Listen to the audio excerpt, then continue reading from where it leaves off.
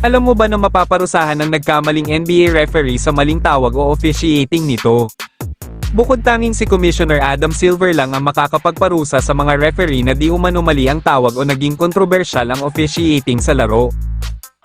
Sumasailalim sa disciplinary action ang mga referee na nagkaroon ng maling tawag sa hinawakan nilang laro. Ang masakit lang sa part ng players or teams na nasangkot sa pagkakamali ng referee ay hindi na maibabalik o maibabaliktad yung tawag. At kung maparusahan man ng referee na nagkamali, hindi nila ito may broadcast. While the NBA does discipline referees for poor performance, these actions are not made public.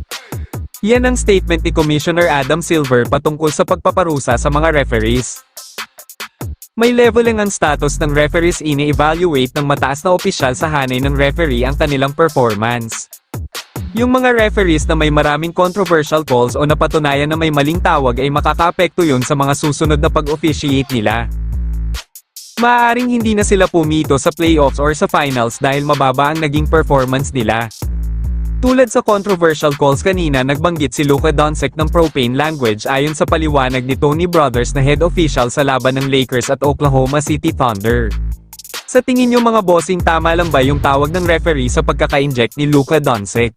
Kung may komento, pakilagay lang sa ibaba at ating pag-uusapan yan. Salamat mga bossing, huwag sanang kalimutang mag-like, follow at share ng mga videos ko. Salamat mga boss, ingat palagi at God bless.